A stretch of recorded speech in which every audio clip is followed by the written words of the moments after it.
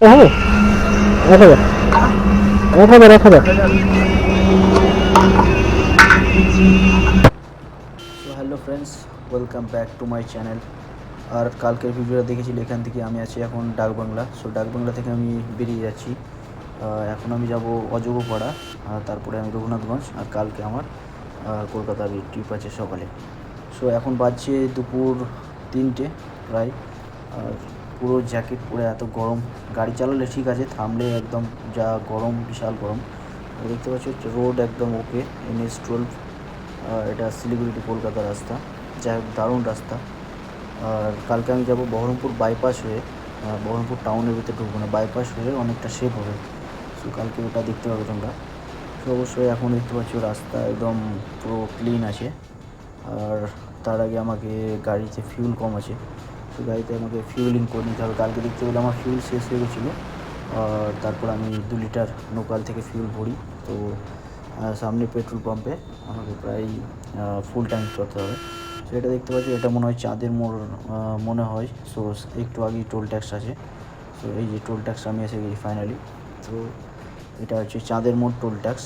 প্রায় আমি এখানে 8 বছর পর এলাম চাঁদের মোড় টোল ট্যাক্স। আর রাস্তাঘাট আগে ছিল মোটামুটি, এখন একদম ওকে রাস্তা। এরকম রাস্তা তো আগে ছিল না। সো চলো, সামনে আয়রন ব্রিজ আছে আমাদের, যেটা অ্যাকচুয়ালি ট্র্যাডিশনাল বলে, এখানে ফটো মটো সবাই তুলে শ্যুট করে দেখতে পায়। সো অ্যাকচুয়ালি আমি শুনলাম যে একটা ব্রিজ নাকি বসে গেছে, তো এখান থেকে একটু কি সিগন্যাল রাস্তা হয়ে গেছে, সিঙ্গেল রাস্তাতে একটু ট্রাফিক হবে। আর এটা দেখতে পাচ্ছি আমি ক্রস করছি এখন চাঁদের মোড় টোল প্লাজা।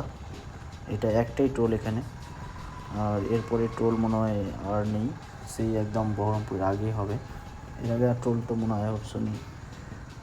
চলো, তো ব্রিজটা যেটা বলছিলাম, ব্রিজে হয়তো ওটা বসে গেছে, একটা ব্রিজ বসে গেছে, তার জন্য সিগন্যাল রাস্তা করে দিয়েছে। তার জন্য আয়রন হল থেকে এই চাঁদের মোড় অবধি একটু পরে আমি সিগন্যাল রাস্তা পেয়ে যাবো যখন আসি। এই যে এখান থেকে সিগন্যাল রাস্তা শুরু হয়ে গেলো। তো একটাই রোডকে দুভাগ করে দিয়েছি, ডিভাইডে, কারণ এটা একটাই রাস্তা ছিল দেখতে পাচ্ছ। কারণ ওই রাস্তাটা ব্রিজটা অ্যাকচুয়ালি বসে গেছে, ওই জন্য একটা ব্রিজ বন্ধ করা আছে। আমার মনে হয় ওটা পুরনো ব্রিজ ছিল। সো পুরনো ব্রিজটা বসে গেছে, ওটা রিপেয়ার করে তারপর আবার চালু হবে। তো যাই হোক, এই রাস্তাটা প্রচণ্ড আগে খারাপ ছিল, সো এখন অনেকটা চেঞ্জ হয়ে গেছে। আর এই বাসটা অনেকক্ষণ ধরে ওভারটেক করতে পারছি না, কারণ রাস্তা সিঙ্গেল রাস্তা দেখতে পাচ্ছ, একটা রাস্তাতে ডবল আছে না, তো খুব মুশকিল হচ্ছে ওভারটেক করা, কারণ ওই দিকেও গাড়ি আসছে। এই যে, তো ফাইনালি আমি ওভারটেক করছি। আর এইটা হচ্ছে ফাইনালি আমাদের আয়রন ব্রিজ।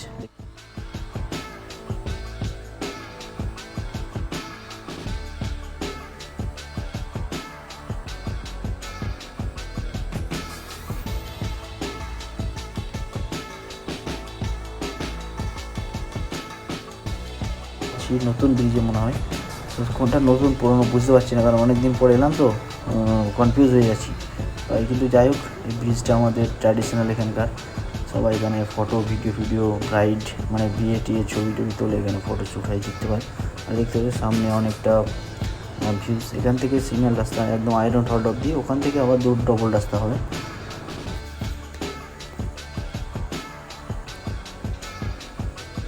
আর বন্ধুরা দেখতে পাচ্ছ আমি ফাইনালি ঢুকছি আয়রন হল্টে।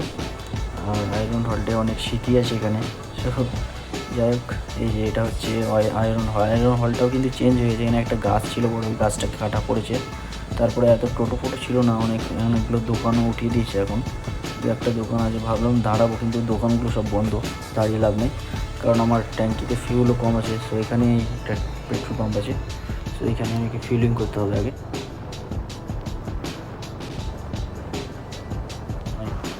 বন্ধ হয়ে যেতে পারে, আর রিজার্ভে গাড়ি চালানো উচিত না, কমসে কম ট্যাঙ্কে 1 থেকে 1.5 লিটার তেল রাখা উচিত। তো ফাইনালি দেখতে পাচ্ছি এইটা হচ্ছে পেট্রোল পাম্প। তো আমি এখানে বেশি না, গরমের সময় ফুল ট্যাঙ্কি করবো না, 2 লিটার হাফ রাখবো প্রায়। এটা অ্যাকচুয়ালি 13 লিটারের ট্যাঙ্কি। তো আমি 1000 টাকা মতো করবো তেল, কারণ নতুন গাড়ি আর গরমের সময় পুরোপুরি একদম ফুল ট্যাঙ্কি করা উচিত না। 1000 টাকা হলেই এনাফ, কারণ আমার 2 লিটার ভরাই ছিল। সো অনলাইন হবে তো, কার্ডে হবে 1000 1000 1000।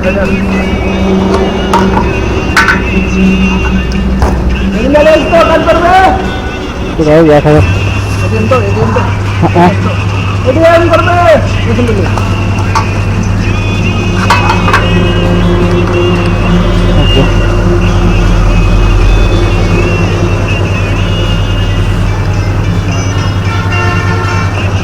বন্ধুরা, ফিউলিং করার আগে এখানে জিজ্ঞেস করে নিলাম, কারণ পেট্রোল পাম্পটা আমাকে নতুন মানে একটু নতুন নতুন লাগছে না, তাও জিজ্ঞেস করে নিলাম যে কার্ডে কিংবা অনলাইনে পেমেন্ট হবে। তো অনেক পেট্রোল পাম্পে কিংবা লোকাল পেট্রোল পাম্পগুলো কার্ডে কিংবা অনলাইনে পেমেন্ট নিতে চায় না, ক্যাশ নিতে চায় শুধু। সো এখানে এনারা বললো যে ফোনপে হয় না, শুধু কার্ড চার্জ হবে।